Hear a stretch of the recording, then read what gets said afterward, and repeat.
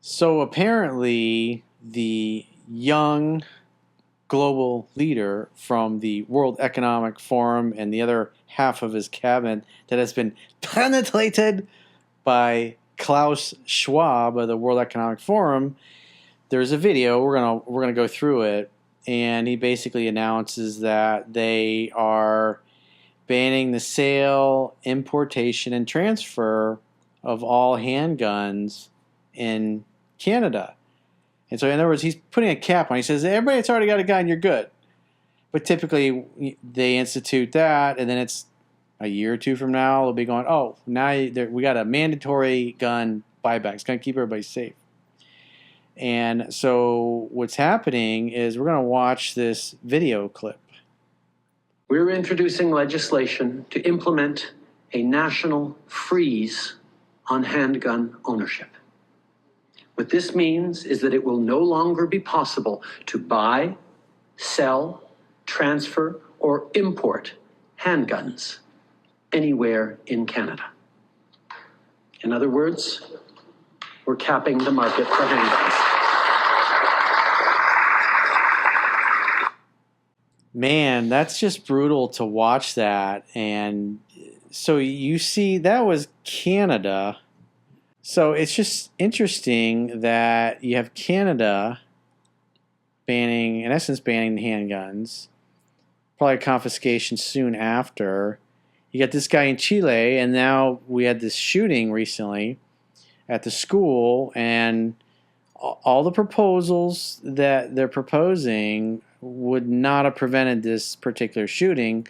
So the next mass shooter will fall through the cracks. He'll be making threats. He'll be saying he's going to do this. He'll probably be mentally ill. He'll probably be heavily medicated like they all have been. And it will be obvious to everybody. Probably the police will know who he is. Will be on their radar. Maybe he's even reported to the FBI. It'll happen again because everything they're proposing wouldn't have prevented it. Just like the Stoneman Douglas. And so you look at this, and as Chunky and I talked about in the video, the Hegelian dialectic, where it's you get conflict. You get one side opposing another, and you get a conflict. You get pit different groups against each other, and it's out of conflict. You form synthesis. It's like the problem, reaction, solution. And so you see that with the guns. It's like you talk about gun violence. Well, most of it's gang violence, and it's these 5 major Democrat cities, Chicago being one of them, where most of the gang violence is.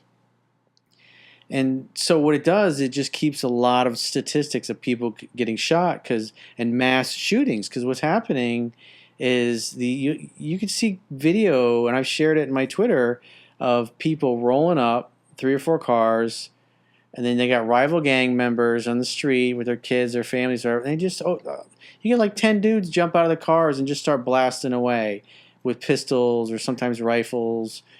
And then they hop in their car and drive away. You see people get hit. I saw one where a woman, she had a little kid. She got shot. She later died. And then you see a bunch of the gang members that just got shot at. 2 or 3 of them, 2 or 3 carloads, they hop in their car to go chase those guys down, try to catch up to them, go because they know who they are, go to their neighborhood, shoot them back. And, so that it gets classified as a mass shooting. And the other thing that's interesting is they throw all of the gun deaths. The majority of gun deaths are suicides. People use a gun to take their own lives. And so they lump all those stats in there. So it inflates the stats. And so when you look at, they're talking about the AR-15, right? Got to ban this because the school shootings. Well, when you look at the actual numbers of people that are killed, not only with AR-15 rifles, but all other style rifles and calibers, that there are still more people murdered in the United States every year with hands and feet than rifles. So we're talking like a couple hundred people total per year being murdered with rifles. Most of it is handguns, and the majority of the deaths are people committing suicide with the guns. And so all this stuff gets lobbed in there, and then you got these politicians all in unison. You got Klaus Schwab bragging about how, and you can see the video of this, President Trudeau and half of his cabinet they're young, World Economic Forum, WEF, global leaders, as they call them. And so Trudeau, he's banning guns. You got this guy in Chile. So we'll watch this video. Invertir 1.800 millones de pesos en mejorar las capacidades periciales de la Policía de Investigaciones. Y para aumentar la presencia policial en aquellos lugares que más lo requieren, hemos desarrollado un programa en conjunto con Carabineros de Chile que será puesto en marcha en todo el país este año. So, in other words, what he's basically saying is that the government will protect you. The government will have guns, but the people won't. Is that the gist of it? It's and so you got to less give guns, more security. So more police presence is what they're trying to go for. So he's basically saying the people need to give up their guns because we're going to have more police with guns in the street instead. It's just refraining from gun ownership, from more gun ownership. Are they confiscating them? Are they making it illegal, saying you can't keep your gun, you have to give it up? He's trying to go for banning them, just banning gun ownership. He didn't say anything about confiscation. Yeah. He just wants to ban... He just wants to ban them. Well, if you ban ownership and it makes it illegal for people to have them... I'm sure it'll get to that point. Yeah. Yeah, it's like what Trudeau did. He does it in two parts. He says, no more new ones. And then next time around, it's, now you got to give them up. We got a mandatory buyback. We'll give you 5 cents in the dollar. You know that $12,000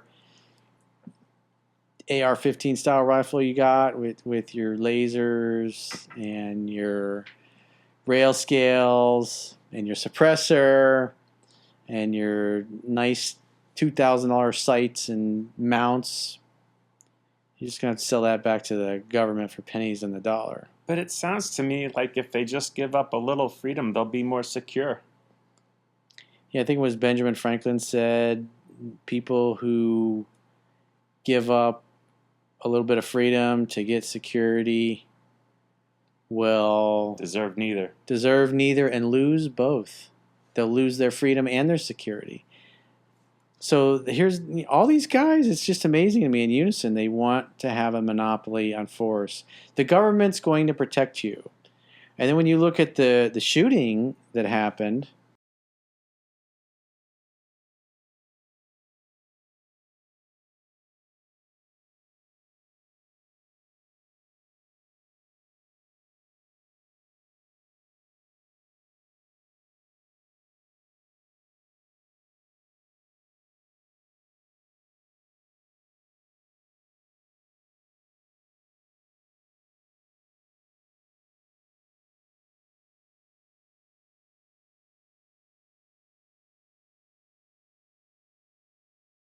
or backup or a tactical team or somebody to tell them what to do because they're incompetent and they're scared and they've probably never done any force-on-force training. And then they've been told to stand down, and this guy's like, my fucking baby's in there. And he goes in there with another, I think, Border Patrol guy.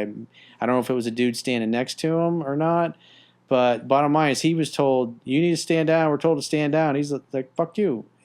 He went in and he shot that dude and killed him. He got into a gunfight with the shooter, and they killed him. And they, his as far as I know, he rescued his child. And then what I'd also heard is some of the other police officers went in there and rescued their own kids, but they left the shooter alone. They left him unmolested. They just let him basically, take his time. And, it's like that's a guy, the police were all told to, the other thing we all learned from this is the police are going to do what they're told. Children are being murdered. They're listening to being murdered. And you got parents out in the street saying, do something. We should run in there after. And the police aren't going to do anything. And the police tased and tackled and pepper sprayed and beat up these parents while because they didn't want, because the parents were threatening to go into school and do something because the police were just standing outside. I think last estimate I saw was close to like 90 minutes. And so their children are being murdered inside, and they're being handcuffed. And one of the women got handcuffed. They eventually took the handcuffs off of her. She jumped the fucking fence and went in there and got her 2 kids and pulled them out. Clearly, those And- officers and have the- the emotional intelligence of a peanut. No offense. Exactly. So the fact that they had no courage, and it takes this border patrol guy, he borrows a shotgun. You can tell he's got no body armor on or anything because his child's in there, and he goes in and he gets shit done. You know, kudos to him. Put his picture next to the word man as a definition, because that's what men do, what they have to do. And I like the fact that the guy that was apparently cutting his hair said, "Here, you know." Yeah, he was supportive of that. That's pretty decision. badass too. Take my shotgun. It's a recognition of the situation, and somebody has to do something. I got this. I'm a man. I'm going to go do it. Now, when I didn't know that about the mother, but that's badass too. Badass mom. Mama That's Bear it. goes, I jump, love she it. jumped the Yeah. damn fence to rescue her two kids. Not to mention, he was an off-duty border patrol, so it was his day off practically. I mean, if from He's what getting I a understand haircut. He's sitting in correctly, the it's barber his- chair getting a yeah, haircut. It was his day off or something. So yeah. So then we have... Yeah, I mean, I would do the same too. I mean, granted, he is like breaking the law. He's going, against police officers, but it's, it's children. They don't deserve what's going on happen to them. Like, it's one of those moments where like you really kind of have to bend the rules. And hopefully, this guy didn't suffer any legal consequences because he did the right thing. As if I were a mother to those children and my kid is in danger, yeah, of course he's gonna go because his child's there and his wife is there. Where's the But there's the one with, bonus that he also saved a bunch of other lives. the black It could have guy? been more if he hadn't done the black guy? anything. Is that one in Yeah, there? Jocelyne. Yeah. He Yeah. broke the law because he took a gun in a But it's a gun-free reasonable zone. reason. Oh, it For was reasonable we call it reason. civil disobedience. There was Yeah. a reason for it, and it was the right thing to do. And if anyone gives him flack, I hope the people get behind him and praise him. If there's a and make him- petition, God forbid he suffers any legal consequences, and there's a petition to help this guy out, I would sign it in a heartbeat. Because it's just ridiculous that there's police officers. They were just standing there, and there's pictures online that they're just there huddled, and it's like, dude, do something. You know? Yeah. So next up, we have a clip from Democratic Representative David Sicilian, and he says, "Spare me the bullshit about constitutional rights." So before we play that, though, I've got something I want to show you guys.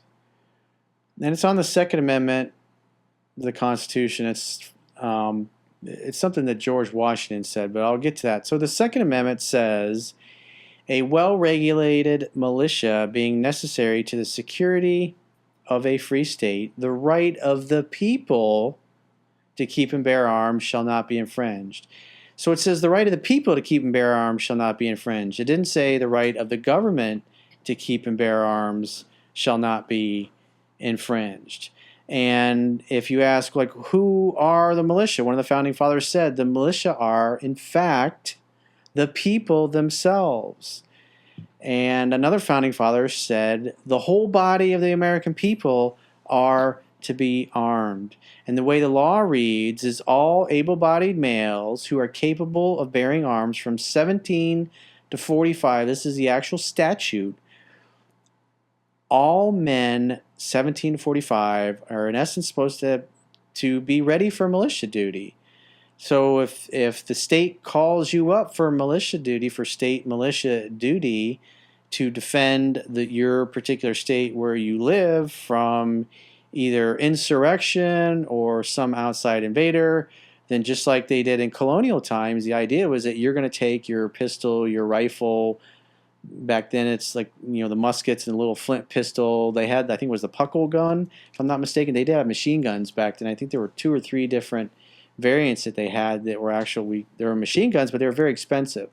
And so the founding fathers elected to not spend the money on those just because it was too expensive. But the other thing that you hear a lot is that people say, "Oh, machine guns, the founding fathers could have never imagined these AR-15 style rifles." It's like they had machine guns back then. I think the first one was called the puckle gun, if I'm not mistaken. There was I believe there was 2 or 3 different types of machine guns that were available back then. And at the end of the day, the whole idea was the whole body, everybody's supposed to be armed because you might get called up for militia duty. And so if you're between the ages of 17 and 45, you're supposed to be ready to rock and roll. That means you have your own gun, your own pistol. That's what well-regulated means. That it's not. You can even read the Federalist Papers on. I think it's Federalist Paper 26 or 29, if I'm not mistaken, that talks about the militia, and these are the founding fathers' words. You can read what they said and what their actual intent was. And then you get the Supreme Court decision on Heller that was, I don't know, 10, 15 years ago. The right's an individual right because, as Justice Scalia said, you're supposed to bring your weapons, whatever weapons that you've got, your military-style weapons for militia duty.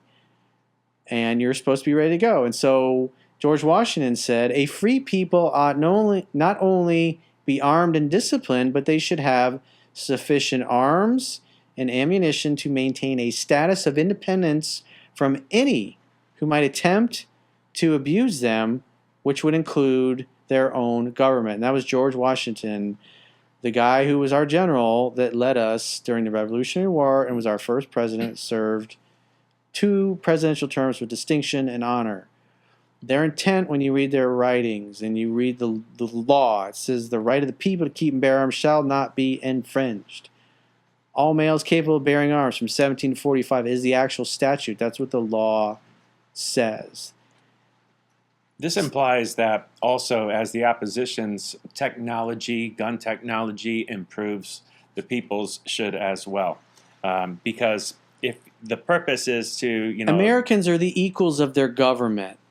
So the President of the United States, he's equal to all of us. He's a fucking clerk. That's it. He just happens to be the clerk that is there for this current 4-year term. He's not better than us. He's not superior than us. He's not beneath us. The bottom line, he is an equal. He's not our king. We are not his fucking subjects. He's just a clerk. And so the reason why we have military-grade weapons, just like one of my rifles that I showed the other day, which you probably see in the members area the last time we talked about these, is that it shoots the same kind of 5.56 round, and I learned the same kind of tactics and tools, and I'm fucking good. I got some skill, and I train with pistol and rifle, and I know what I'm doing. I take my duty as a citizen very seriously, and I lead by example. A leader leads by example, not by force, as Sun Tzu said. And the bottom line is that, as we talked about before, is, again, everybody's supposed to be armed. And you could say, because we've had women's liberation, the girls should be armed too. They should be competent with pistol and rifle as well, because they've since been liberated. So the ladies should be included as well. And so you hear a lot of argument about, nobody should be 21 and up to buy a rifle. It's like, well, the statute says for militia duty 17 and up. So 17-year-olds should be able to buy guns, but you shouldn't have mentally ill, heavily medicated people that are threatening school shootings for years, and the police go to their house 30 times, like the Stoneman Douglas shooter. 30-plus times they'd been to that kid's house. He'd been saying he was going to shoot the school up for years. And then that information doesn't make it into the background check system. And so he goes and he buys his fucking rifle legally.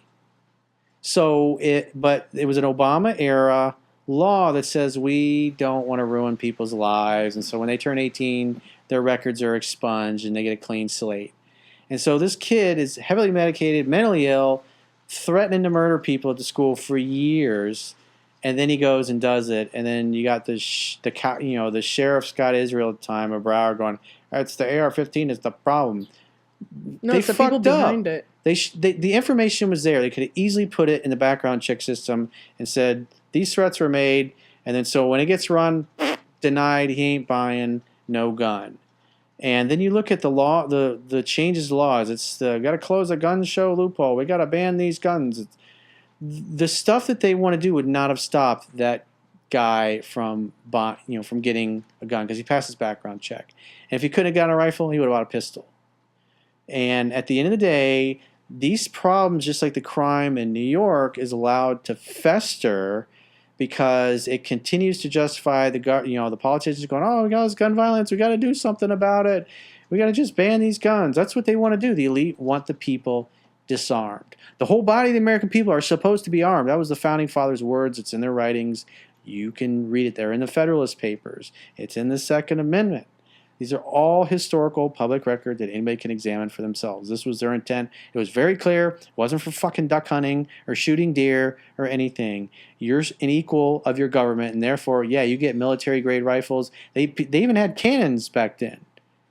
So people had literal cannons back then. They had, up until the 1986 bill, you were still able to purchase machine guns. But at the end of the day, if you got a 30-round magazine and a rifle, and you hold the trigger down, you're like, brrr. I mean, that's it. The whole magazine's gone. Anybody that knows anything about guns and shooting, you're not going to go full auto. It just wastes ammo. It looks cool in a TikTok video, but at the end of the day, if you're in a real-world gunfight, you're only shooting when your red dot is where it's supposed to be, and because you're responsible for every round that leaves your barrel. So if you miss and you miss the bad guy and hit somebody innocent, guess what? You go to jail. So we have laws for that. But just like the shooter in the Texas school, guy was making threats. He was mentally ill, well-known problems. Again, that information should have been in the background check system. So when he went to buy a gun, not only should he have been denied, but it should have triggered somebody to go, this person that is threatening to shoot up the school is trying to buy a gun, so we should go talk to him. The police should go talk to him, and a psychologist, the state, people need to get involved because there's a problem there. And so the data's there, the information's there, but the solutions that the politicians are going for, like even in Canada, Trudeau has used this as justification to ban guns in Canada. And so they've been saying, Democrats are saying for years, oh, nobody's coming to take your guns. That's ridiculous. It's a conspiracy. And what is Joe Biden proposing? He's proposing that we lose our assault rifle, if you will, our rifle of all kind, our scary black plastic rifles. But we're entitled to military grade, night vision, body armor, whole 9 yards. Militia of the people. There is such a thing as this. You're all supposed to be ready, every American. And who did the Founding Fathers say should not be allowed to have arms? Those who are in open rebellion to the state, I believe, which basically are criminals or people that are trying to take over the country or destroy the country. If you got somebody that's mentally ill saying they're going to shoot up a school and then you don't put that information in the background check system, you're a fucking moron and the blood is on your hands. And we have the ability to do this stuff, and it's not happening because there's laws that have been passed. Obama passed this law that was it was under the guise of criminal justice reform. We don't want to ruin kids' lives. If they've been getting into trouble in high school, we don't want them to have a permanent record because then they can't get a job, and then they just end up in prison. And so guys like these school shooters, they fall through the cracks, and they're continuing to fall through the cracks because none of the legislation that's being proposed would stop any of these guys from getting guns. And the politicians allow this to fester so they can justify disarming the people at large, which is what they want to do. Yeah, I think about, in history, throughout history, if you look at countries that, had their guns taken away and then the governments took over and now they're at the mercy of the government, and the governments have killed populations within their countries. If we lose our freedoms, we're screwed. Just like we become just like them. What concerns me the most when I look at Canada, when I look at what Trudeau's doing, we're not too far behind Canada. Meaning, they're banning pistols there. He wants to ban most rifles. But apparently part of the legislation that's being proposed, it's a lot of stuff about magazine capacity. And so they'll end up, I guess, being a lot of pistols banned as a result of this as well. Yeah. But I was thinking in terms of healthcare, for instance. And a few years ago under the Obama administration, we moved towards that socialized healthcare system. And now, it seems like they're leading the way in gun control. We're not too far behind them. Yeah, Canada doesn't have a Second Amendment like we do. But obviously, Biden, the rest of the Democrats, they don't give a shit about the Second Amendment. They don't give a shit about the Heller decision because they believe all guns should be banned, and so they're I just think not. I think they gonna shouldn't stop. defund. They should not defund mental health resources. I think that's like you mentioned, like the dude has like mental health problems. That's like one of the biggest factors as to why he was behind the assault rifle to begin with. So defunding mental health resources is not a good solution in my opinion. So it will definitely be of help one way or another.